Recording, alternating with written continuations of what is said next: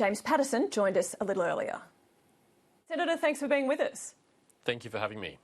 So in her speech today to CEDA, Susan Lee said every new dollar of spending would require a saving, a reprioritisation or a reform. So to be clear, does this mean that the coalition government would offset new spending and rely on economic growth to gradually remove the structural deficit? Is that the formula?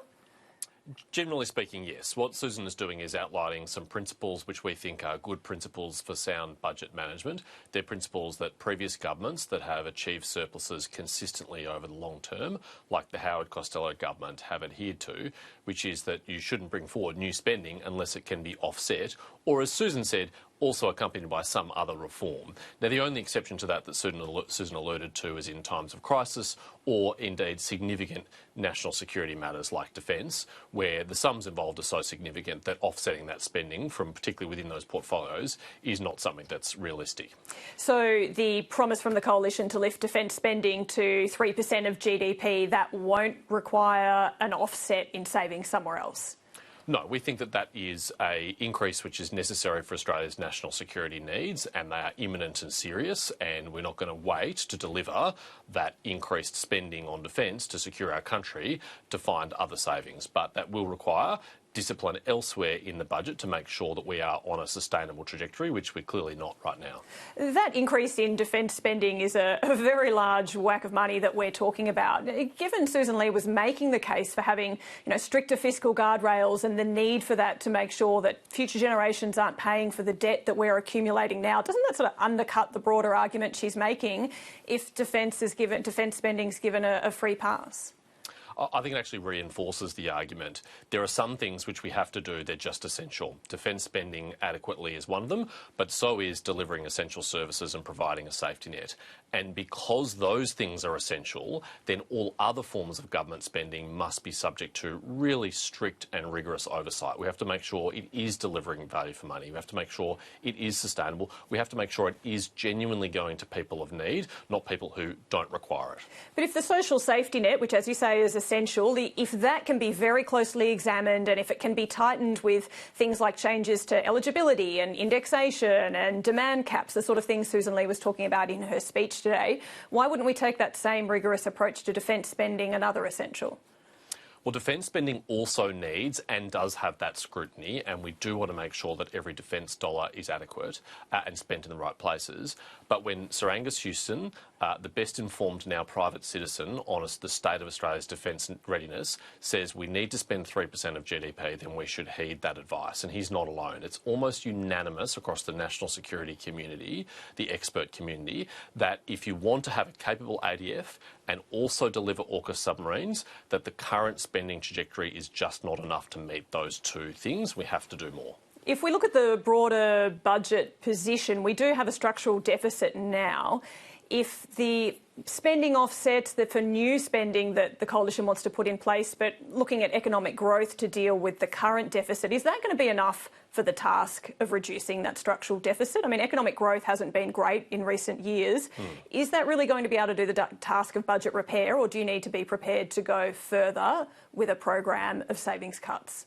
Well, certainly you're right. If we had economic growth like what has been over the last 3 years in the Albanese government's first term, that would not be enough in its own to achieve that task. We need to lift economic growth in this country, and we'll be taking to the next election a pro-growth agenda that articulates exactly how we'll lift that rate of growth, but very clearly with productivity sliding backwards, business investment sliding backwards, we're not in the place where we need to be.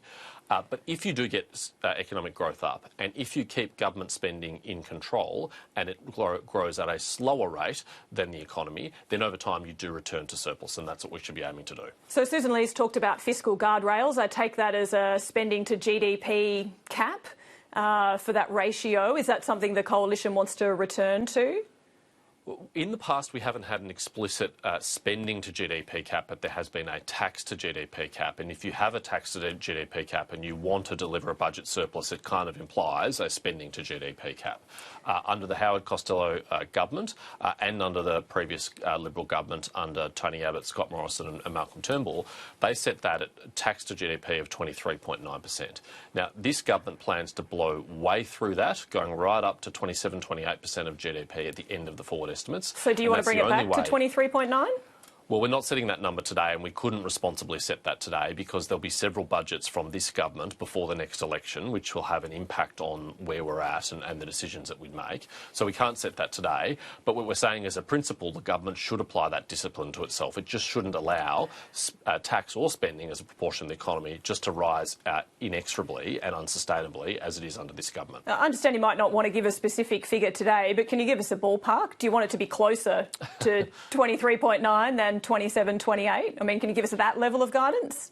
It's fair of you to ask, but I really can't speculate this far out because the decisions that the government makes in its subsequent budgets, there'll be at least 2, maybe 3 before the next election, will have a material bearing on that, and it would be irresponsible of me to lock in even a range at this point in time. Obviously, I think at the moment the government is spending too much money. We've been very clear about that. It's far above the long-term averages, and they plan to increase taxes significantly over the next decade to close the deficit. That was in their pre-election fiscal outlook, which said that basically bracket creep, tens of billions of dollars worth of bracket creep, was the only thing that would close the budget deficit. The coalition spent the period before the election backing a lot of the government's big spending promises on health. I mean, we went into the election campaign with pretty similar, very large spending promises on health. In hindsight, was that a bit of a mistake, particularly in light of the rhetoric of Susan's comments today? I don't want to commentate too much on what happened in the last term, except that I've already said that I think that we shouldn't have opposed tax cuts and that we should have taken a stronger budget bottom line to the last election, and that I'm determined that at the next election we do offer lower taxes and a stronger budget bottom line under a Liberal government, because that's why people vote Liberal, and we want to give them that offering at the next election. That does put a burden on us to be very judicious in which spending commitments that the government makes, which we match. And one of the big questions I have is, how does the government plan to deliver sustainably its idea of universal childcare, where people on $1 million a year will have their childcare paid for them by the government, when we already have a structural budget deficit and this has been costed in the tens of billions of dollars. Now, they haven't explained how they're going to do that. We'll be watching very closely. All right, well, we're getting low on time, so I do want to turn briefly to issues on net zero. We have heard Andrew Hastie say today that he's in the minority in the Liberal Party room as someone who wants to scrap the net zero target. Is that right? What's your counting of the situation? Are the majority in favour of keeping net zero at the moment? Look, I don't want to misrepresent my colleagues' views publicly. They have the opportunity to speak for themselves, and they haven't had a proposition put to them on exactly what that would look like, and so I want to give them the opportunity to have their say in our internal party processes. So was Andrew Hastie a bit too quick to come out and declare that there was a majority in favour of net zero? I don't provide advice to my colleagues through the media, certainly not my good friend Andrew Hastie. He's entitled to say what he thinks and what he feels, and I respect that. What I would say is that there is a very strong consensus in the party room, because it dates back to John Howard, that we do have a responsibility to reduce emissions. We accept that responsibility, and every Liberal leader since John Howard has accepted that. But also that it should not come at an unacceptably high cost, either for households in their electricity bills or for people's businesses or their jobs. And right now we think it is coming at an unacceptably high cost under the Albanese government. They are not managing the transition well, because not only are prices up, not only is our grid less stable, but emissions haven't even fallen. In fact, emissions fell more under both the Abbott, Morrison and Turnbull governments than they have under the Albanese government, despite its so-called commitment to these issues. If I can just ask one last brief question to get a sense of the principle of the approach that you take when considering issues of tackling climate change and reducing emissions. Do you think it's important for the Liberal Party to reflect the views of the Liberal Party membership when making a decision about this policy, or do you think it's important to reflect the views of the wider voting public? When Robert Menzies established the Liberal Party in the ashes of the United Australia Party, he was very clear that it's the responsibility of the parliamentary party to set policy. It is not responsibility of the organisational wing, which runs elections and endorses candidates. Now, members of parliament and senators like myself are very respectful and listen to the views of our members, but that is not the only determinant in our public policy. We have to weigh up a whole lot of other factors, including our judgment of what is politically achievable and our judgment of what is in the national interest. And it is the parliamentary party which reserves the right to decide our policy. We're not dictated to, like the Labor Party is, by their National Conference resolutions or any other means like that. All right, thanks for setting that out for us. I really appreciate it. Senator Patterson, thanks very much for joining us on Afternoon Briefing. Thank you for having me. And in other news,